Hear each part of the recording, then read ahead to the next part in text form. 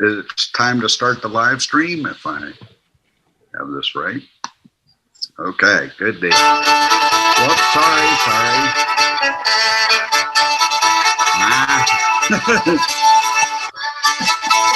Close that window. Sorry, now it's time to start the live stream, maybe. Just put my clogging shoes on.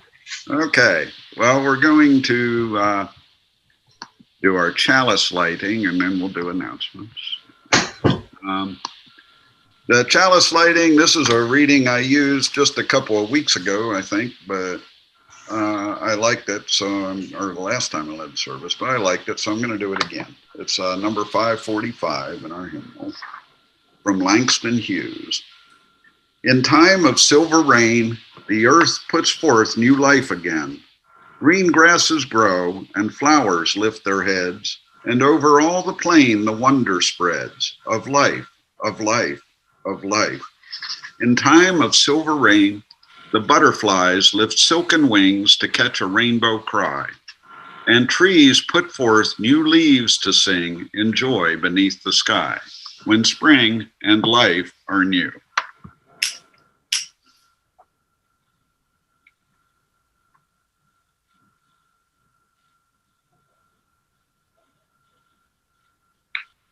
There we go. All right, time for announcements. Do we have any?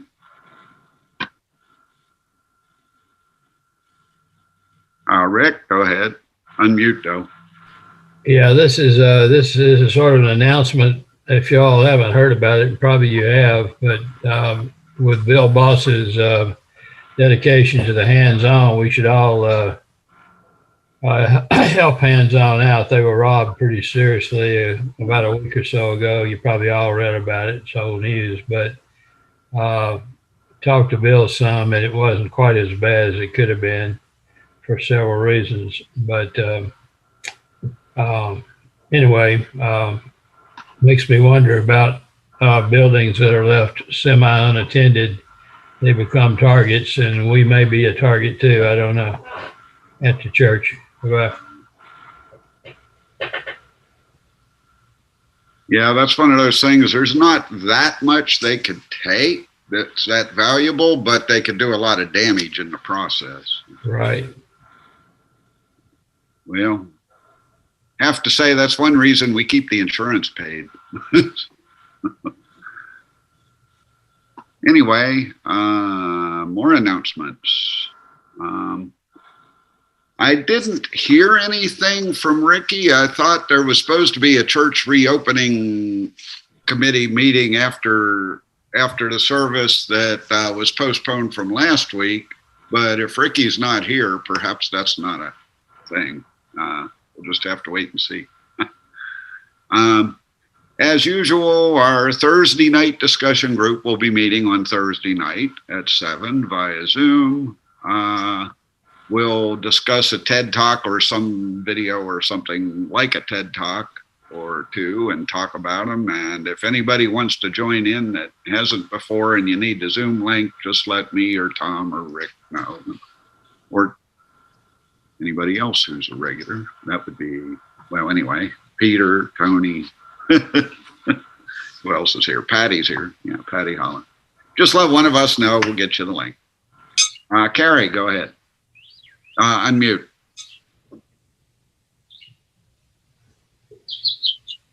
Thank you.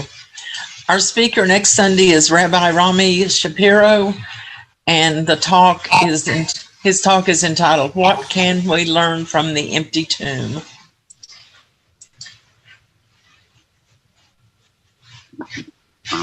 Do we have any more announcements? If not, I'm going to move on to our reading, and I'm going to do something a little bit different because there's a bunch of short readings back here in our hymnal that we never get to because they're like short or they're not responsive. So I'm going to read 3 or maybe 4 of these under the Lent and Easter section back in the back of our hymnal. They're short little things, and I couldn't pick one of them, and they're short. So we'll start with number 624 from Clark Dewey Wells. God of Easter and infrequent spring, announce the large covenant to deceitful lands. Drive the sweet liquor through our parched veins. Lure us to fresh schemes of life. Rouse us from tiredness, self-pity. Wet us for use. Fire us with good passion. Restore in us the hope of living. Bind us to fear and hope again. And then number 625, An Eye for Miracles by Diego Valeri. You who have an eye for miracles, regard the bud now appearing on the bare branch of the fragile young tree. It's a mere dot, a nothing, but already it's a flower, already a fruit, already its own death and resurrection. 626, Life Again by John Bannister Tabb. Out of the dusk, a shadow, then a spark. Out of the cloud, a silence, then a lark. Out of the heart, a rapture, then a pain. Out of the dead, cold ashes, life again. And finally, 627, Seasons of the Self by Max A. Coots. We need a celebration that speaks the spring-inspired word about life and death, about us as we live and die, through all the cycling seasons, days, and years. We need the sense of deity to crack our own hard brown December husks and push life out of inner tombs and outer pain. Unless we move the seasons of the self and spring can come for us, the winter will go on, and Easter will remain a myth, and life will never come again despite the fact of spring. And we'll stop there, and we will introduce our speaker today, who is somewhere on my screen here, our own Peter Solies, with Science and Spiritual Practices, Part 2. Take it away, Peter. Thank you, Chuck. Can I share screen? Yes, I will. Okay, just enable that. I'm not going to use it right now, but sometime later. Just a moment. Whoops. Technical malfunction, just a minute.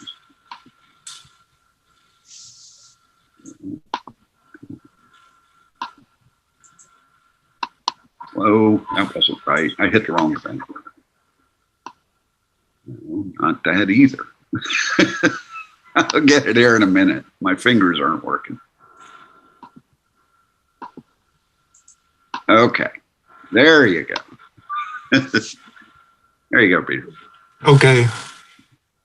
Well, here we are again. I'm a fan of clear reason. So whenever I hear somebody who has established himself as a scientist also talk about some spiritual things or philosophical things, I tend to be intrigued. So one of the people who intrigued me was this Dr. Rupert Sheldrake, who is a biochemist by trade, but he also is interested in some parapsychological phenomena and so on. So he worked basically as a biochemist at University of Cambridge in England for several years, and then went to India to be a leading plant physiologist. And during his time in India, of course, he learned more about Hinduism and had some Oriental religious thoughts. So anyway, as I said, he also did some research into parapsychological phenomena. For example, some people or animals seem to be able to sense when they're being stared at by someone invisible to them. Such a phenomenon is difficult to explain with what Sheldrake calls a materialist worldview, which requires some kind of measurable means of communication between the starer and the staree, is such a word, namely sound waves or optical signals.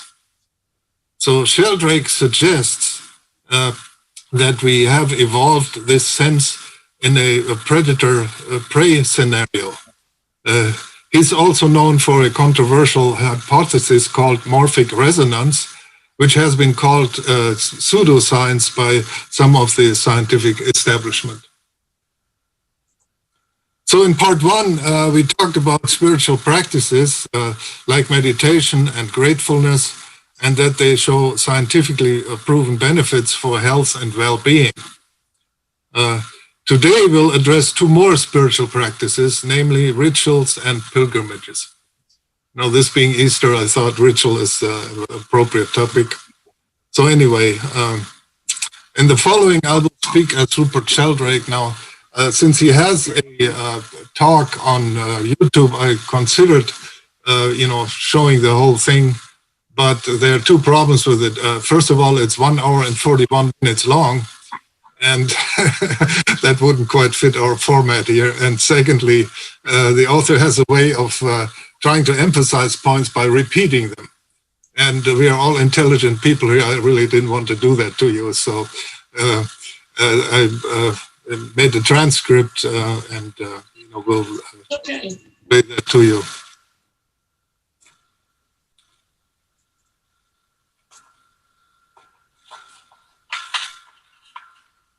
Okay. Anyway, well, that's just the idea. All traditions have rituals.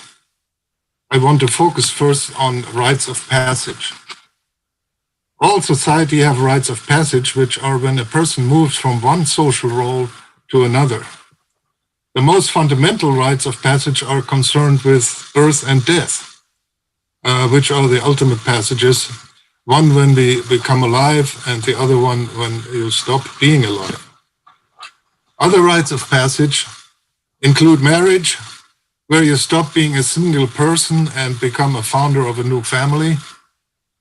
All societies have their ways of celebrating this, and many societies have rites of passages when people come from adolescence to maturity and become a mature man or woman, an adult member of society.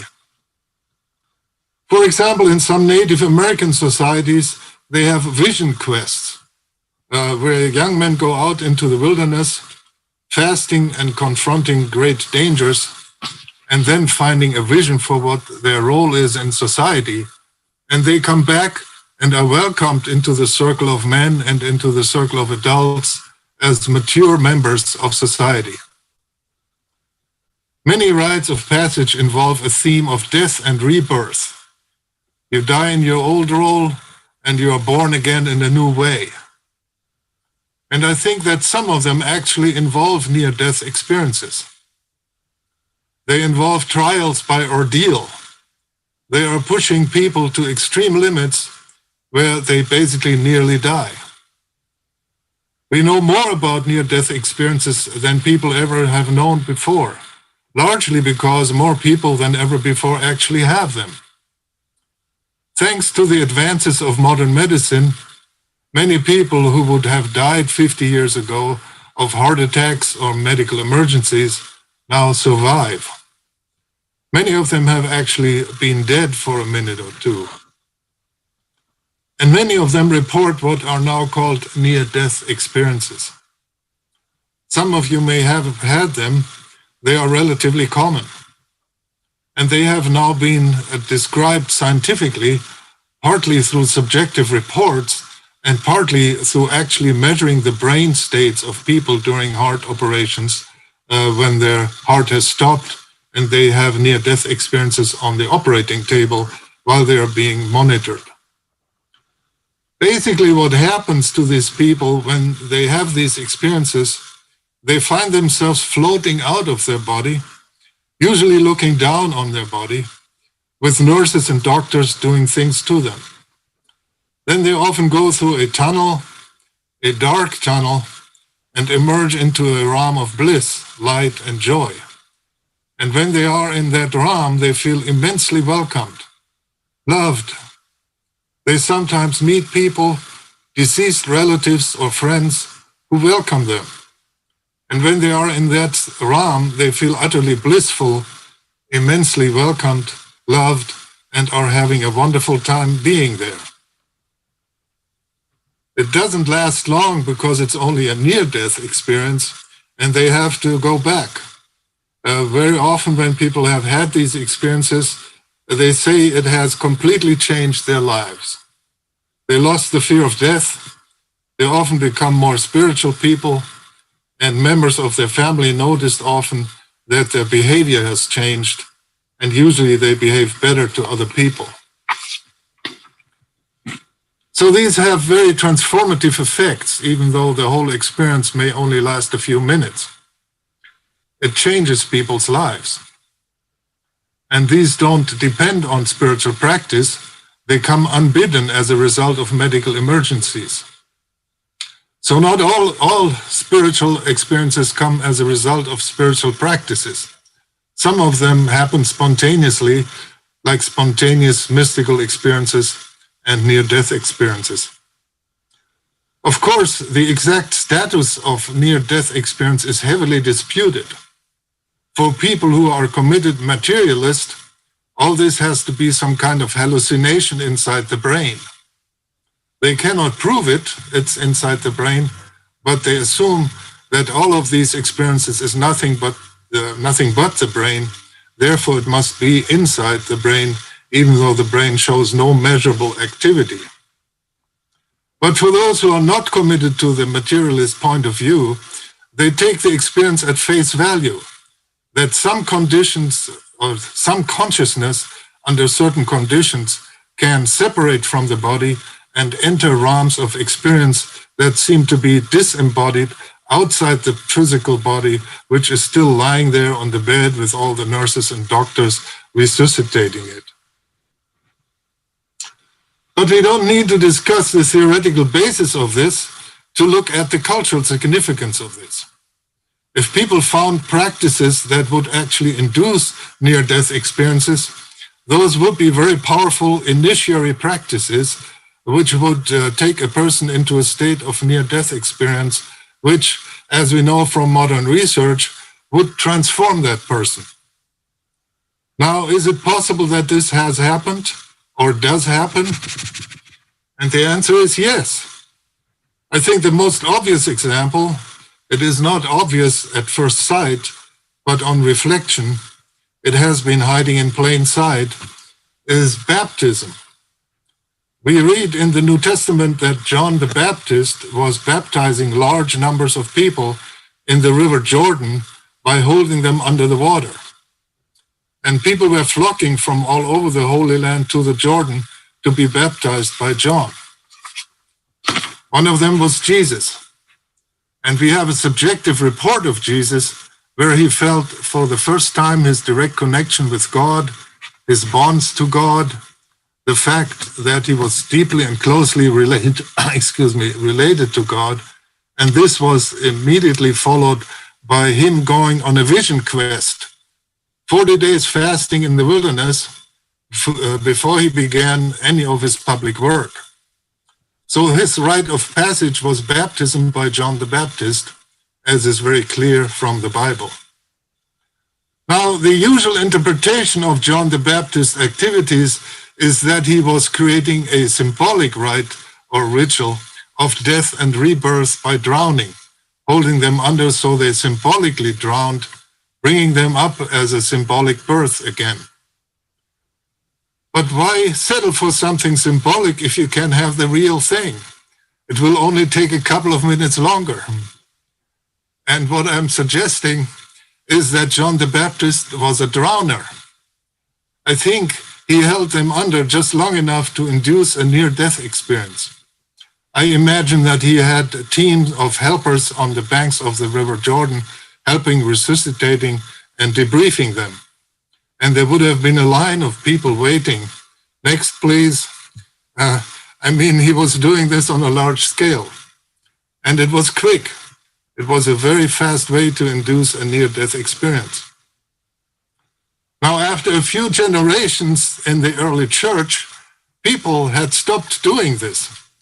They started baptizing babies by sprinkling water over them, or even by immersing them very briefly in water. But then it was really symbolic of death and rebirth by drowning. But to start with, I don't think it was symbolic at all.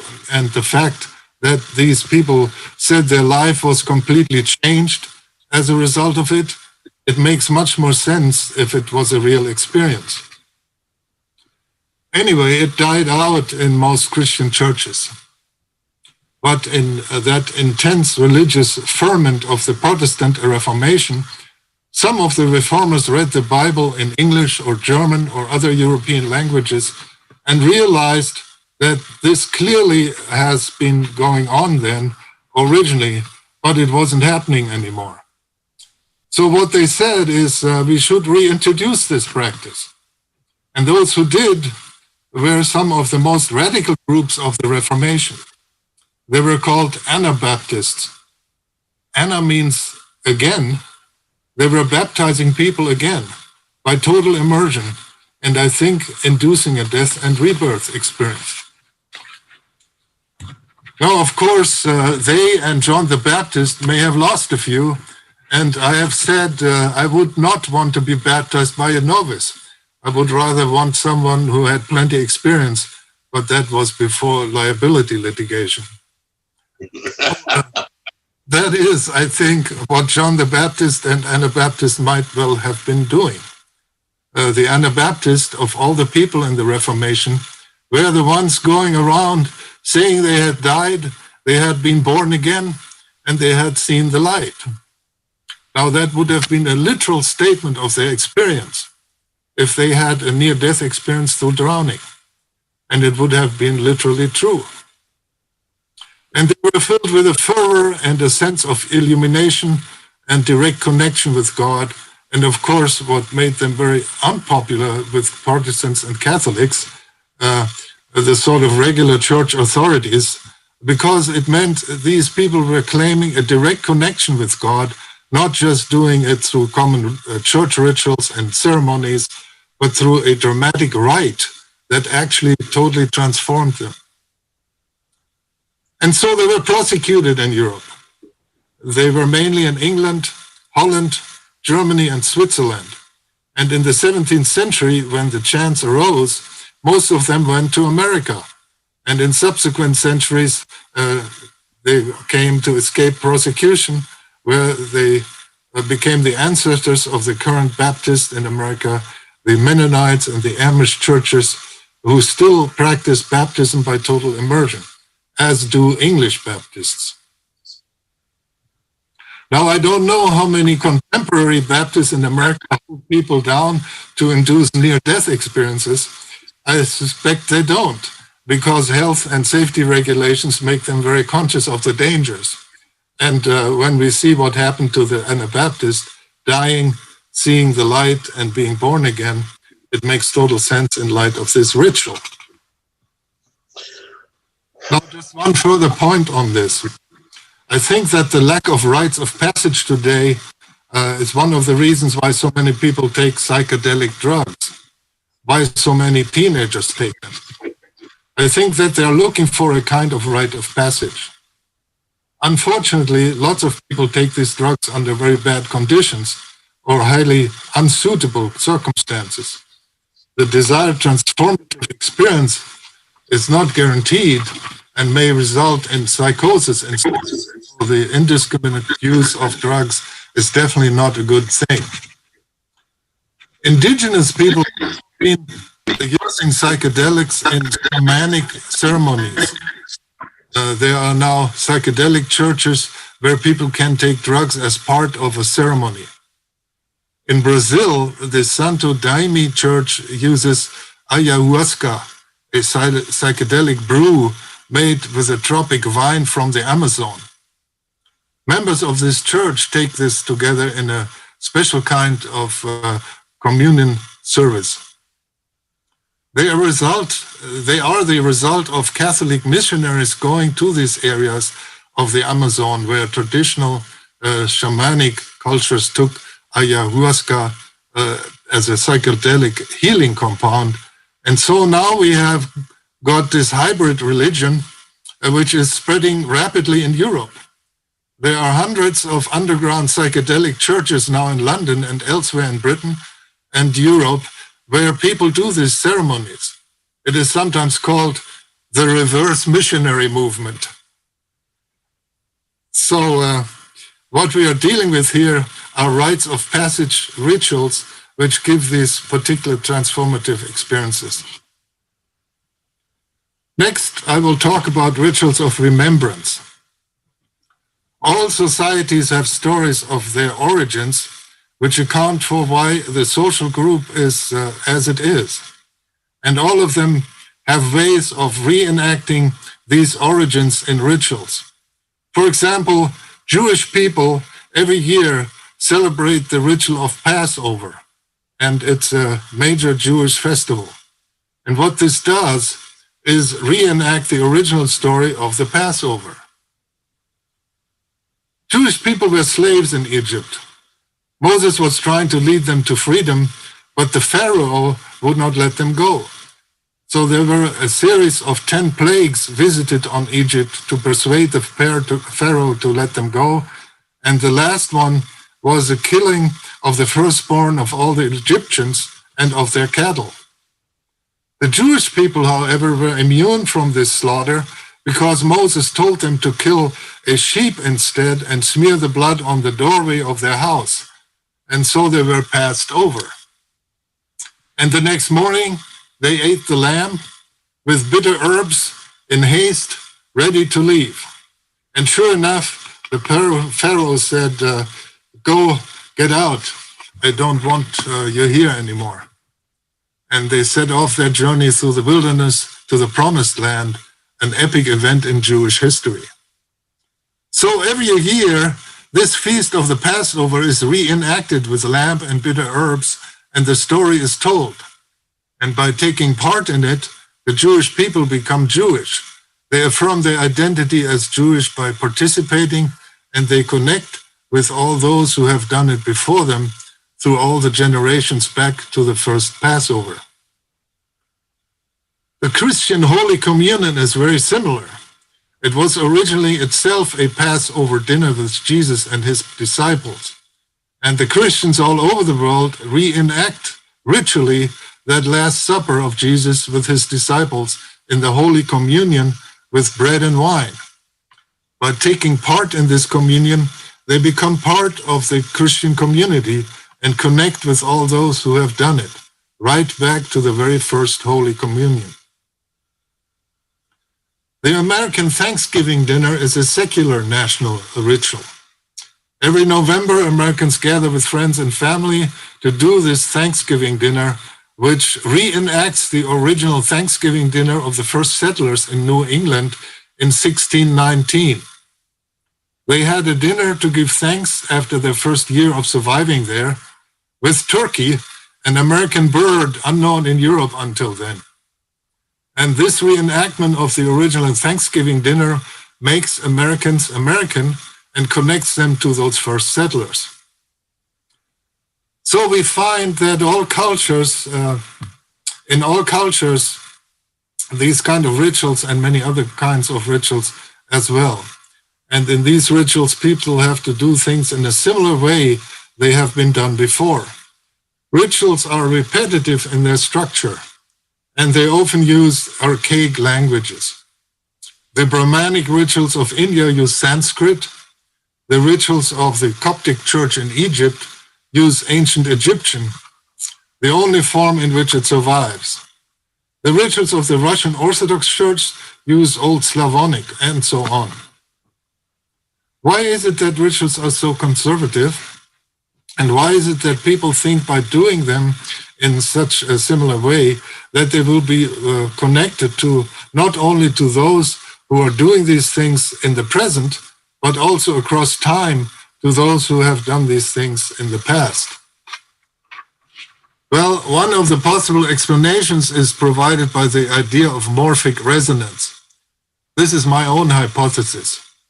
Unfortunately, I don't have time to explain this in detail, but basically it is a concept of some kind of memory in nature, that the laws of nature are more like habits, that each species has a kind of collective memory, a bit like what Jung calls the collective unconscious. And morphic resonance is the process whereby patterns of activity in the past resonate across time with patterns in the present on the basis of similarity. Now, what rituals do is create the condition of morphic resonance by doing things in as similar a way as possible to the way they have been done before. They create the conditions whereby present participants will enter into a kind of resonance with all those who have done them before. Through taking part in these rituals, people will in fact be connected to the people who have done them before. There will be in fact a presence of the past, which is exactly what people think they are experiencing in rituals. So I think this gives a new interpretation of these rituals, and so they make much more sense than they otherwise seem to make. Effective rituals are certainly very powerful to take part in. That's why all cultures have them. And if they have lost them, they actually reinvent them because they are very important for our sense of belonging and connection. Finally, I want to say some words about pilgrimage. All our ancestors were hunter-gatherers. I mean, all of us here today have hunter-gatherer ancestors. Settled agriculture didn't begin in Northern Europe until about 5,000 years ago, and nowhere in the world did it begin before about 10,000 years ago. So before that, people lived by hunting and gathering, and hunter-gatherers had to move around. They couldn't just sit around and wait for animals to come to them and fruit to drop into their laps. They moved around the landscape in an annual cycle. And at each significant place on the way, they told their story or sang their story, as in the American Aboriginal song lines. So moving and going to sacred places is part of our deep heritage. When people settle down, they still continue to go to holy places. For example, in England, when agriculture first began, people built great ceremonial places like Stonehenge.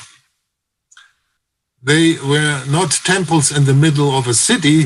People were scattered all over the countryside, but people converged on these holy places for the main festivals at the solstices, for example. And then they went home again. And this became a kind of pilgrimage to a holy place. So it's stepping out of role for a moment here. A local example here in Tennessee, of course, is Old Stone Fort, right, in Manchester, a ceremonial place at the confluence of two rivers where Native American tribes regularly gathered. Back to Rupert Sheldrake. All religions have pilgrimage. Muslims go to Mecca and the other holy places like the Dome of the Rock in Jerusalem. Buddhists go to the birthplace of the Buddha and the place he was enlightened. Hindus go to Mount Kailash in Tibet, to the source of the Ganges River, to the holy city of Varanasi. There are many other holy places in India. It is crisscrossed with pilgrimage routes. And medieval Europe was like that too. There were many pilgrimage sites in medieval Europe, places where saint relics were kept, holy mountains like Croagh in Ireland, ancient holy places, all the caves Saint Baume in Provence, which were much more ancient holy places that were Christianized. Europe was full of these routes. In England, the most important were the pilgrimage to Canterbury, to the relics of St. Thomas Becket, who was martyred in the cathedral, and the shrine of Our Lady of Walsingham, the Black Madonna of Walsingham in Norfolk, and there are many others all over England. At the process of Reformation, pilgrimage was simply abolished. In 1538, Thomas Cromwell in England issued an injunction against pilgrimage, making it illegal. The infrastructure of pilgrimage was monasteries, which provided food and shelter for traveling pilgrims. And those were dissolved, so the infrastructure was destroyed, the shrines were destroyed. The image of Our Lady was taken from the shrine and burned in a public bonfire. And there was this kind of total wiping out of this tradition in Britain and in northern Germany and in Scandinavia, in the Protestant countries. This left a great void in the soul of the English. And I think that's why, after a few generations, the English invented tourism. I think tourism is best seen as a form of secularized pilgrimage, and tourists still go to the great holy places, the ancient temples of Egypt, the temples of India, the great cathedrals of Europe. But when they get there, they can't say a prayer and make an offering because they have to pretend they are modern, enlightened people, educated people who have risen above all this kind of superstition. So they have to pretend that they are primarily there because of an interest in art history. So guides spring up to fill their minds with facts. When the building was built, by which king, how many tons of stone it contains, etc., etc. Facts that go in one ear and come out the other, because they have to pretend that they are primarily there for facts, but they're not. And I think it's best seen as a form of frustrated pilgrimage, since real pilgrims go with an intention. They make an offering, and in India and in many other places, they walk around the place they are visiting before going in, circumambulating, make it the center. And they make offerings, they ask for blessings or healing and give thanks. And then they bring something back to share with their family and friends. In India, people bring back blessed food called prasad, which they share with people. And this is much more satisfying than going as a tourist.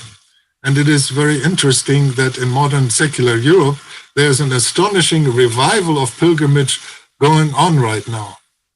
Starting in 1980, a group of people in Spain re-established the infrastructure to the pilgrimage to Santiago de Compostela, and 1,000 people walked there in 1987. 300,000 walked there last year. And this has helped to trigger off a revival of pilgrimage elsewhere in Europe.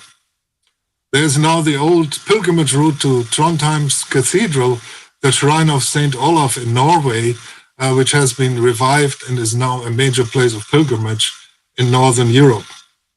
In the last 10 years, this has happened. And in Britain, there is an organization called the British Pilgrimage Trust, which is reopening the ancient footpath pilgrimage routes to the great holy places of England, including cathedrals, holy trees, sacred wells, ancient stone monuments, and so on. And you can find more than 30 routes on the website britishpilgrimage.org. Okay, so Rupert then talks about how he did some pilgrimages with his godson, and I'm going to try to let him tell that himself.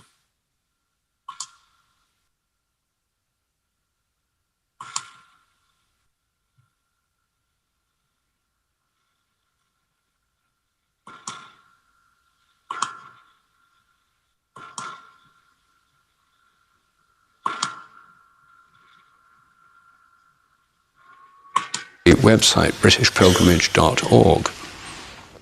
I've been doing this for the last few years, every year with my teenage godson. When he was 14, I didn't know what to give him for his birthday, which is in June. And I've stopped giving people stuff because most people have got too much stuff. I now give experiences. And what can I give this 14-year-old boy as an experience? I'm his godfather. So I thought a bit, and then it suddenly came to me, a pilgrimage. So I said to him, you may or may not want to do this, but my offer is, we take the train from London, we get off at a little village station called Chartham near Canterbury, about 8 or 9 miles from Canterbury. We walk through the ancient North Downs Pilgrim Way to Canterbury, through fields, meadows, orchards and woods. We visit the Black Prince's Well, a medieval healing well with clear water in a kind of under a mossy arch and mossy steps going down to it. We walk into Canterbury, we circumambulate the cathedral, we light candles at the shrine, we go with an intention, something we're asking for. And then we have a cream tea. And Then we go to choral evensong, which is this very beautiful sung service that happens in all our cathedrals every single day. Again, you can find about that on another website called choralevensong.org. So I said, we go to choral evensong, and then we take the train home. I said, would you like to do that? And without hesitation, he said yes. And we had a very blissful day. It was an utterly wonderful day. And then when he was 15, we went to Ely Cathedral. We took the train to Waterbeach and walked along the towpath of the Cam. And Ely Cathedral rises above the fens in this hugely impressive great medieval building. When he was 16, we walked to Lincoln along the Lincoln Ridge, on a footpath on the Lincoln Ridge, to what I think is one of our finest cathedrals, Lincoln. Again, lit candles at the shrine, had tea, and then went to choral evensong and came home. And then he was 17, we went to Wells Cathedral, and this year we went to Winchester. We took the train to a village near Winchester. We walked from Twyford, a beautiful village, along the River Itchen, a fast-flowing, beautiful river, up St. Catherine's Hill, where there's an ancient turf labyrinth, so we walked the labyrinth. Then we went on the outskirts of Winchester to St. Cross, which is a medieval hospital for old people, for old men. And because it was not for monks, it was not dissolved at the Reformation. It looks a bit like an Oxford college, a courtyard with a chapel. And under their medieval statutes, they have to provide the pilgrim's dole to any pilgrim who requests it, a mug of beer and a slice of bread. So we went to the porter's lodge and I requested the pilgrim's dole. I said, we're pilgrims, we're on our way to Winchester Cathedral. And the porter said, all right. She said, you've asked for it, you'll get it. She said, but you have to ask, and I'm glad you've asked. And she brought us the beer and the bread. And then she looked at my godson and she said, is he over 18? And I said, well, actually, yes, he was 18 last week. That's why we're doing this pilgrimage. It's for his birthday. And so I said, okay, well, you can have it then, she said, and she gave it to him. She said, but it won't be so much fun now it's legal, she said. Anyway, we had a blissful day this year, and since there are something like 45 cathedrals in England, this is a formula that can go on and on.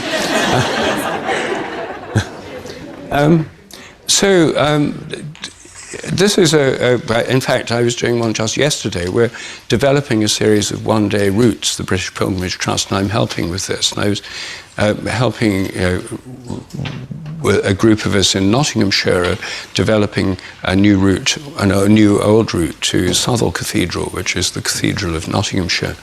I had absolutely, I just got off the train to come here. I got mud, I'm afraid, on my from the pilgrimage, but it's a wonderful practice, and it's something you can do with friends or families or on your own, or you can do it in a group. The British Pilgrimage Trust arranges groups doing it. And one of the slogans of the British Pilgrimage Trust for groups doing pilgrimages is, bring your own beliefs. So it's not about, again, it's not about you've got to sign up to a belief system first. Many people who go to Santiago are not practicing Christians. Some are even atheists, but it's an expression of a spiritual quest, which anyone can take part in. So this is another spiritual practice which is open to everybody, and I strongly recommend it if any of you feel inclined to do this. You can do either long ones. There's an 18-day route to Canterbury from Winchester, or there's these one-day pilgrimages, 5 or 6 miles, or if you do the whole day, 7 or 8 miles, to cathedrals or other holy places here in Britain. Well, that's a summary of some of the spiritual practices I discuss in my book. And it gives you a flavor. There are only 7 spiritual practices in this book. I'm writing a second book, a sequel with another 7. I'm not going to go on beyond that. 14's enough as examples. But there are many other spiritual practices too. And these are all practical things you can actually do. And they're all things which have measurable effects, which can be studied scientifically. So there's no conflict here between science and spiritual practice. In fact, I think that they mutually reinforce each other, because the scientific studies illuminate these practices and also show us statistically what benefits they can have. And the practices themselves can be helped through the science. I mean, you could meditate more effectively if you know more about the science behind it. And particularly in spiritual practices associated with psychedelic drugs, they're extremely science-dependent, especially the ones that depend on modern synthetic drugs as opposed to herbal brews. So I think we're entering an era where science and spiritual practices can be seen as complementary rather than in any sense contradictory. And personally, I find that very helpful because I myself do all the spiritual practices I discuss in this book. I'm also a practicing scientist and spend most of my time in research. And I personally don't experience a conflict between them at all. And I think that they provide, illuminate a way forwards for many of us who've grown up in a very secular society, an unprecedentedly secular society, in fact, but not one that is spiritually inert at all. There's a kind of ferment of spirituality going on at the moment, and I think we're actually on the threshold of a new phase of spiritual evolution. Thank you.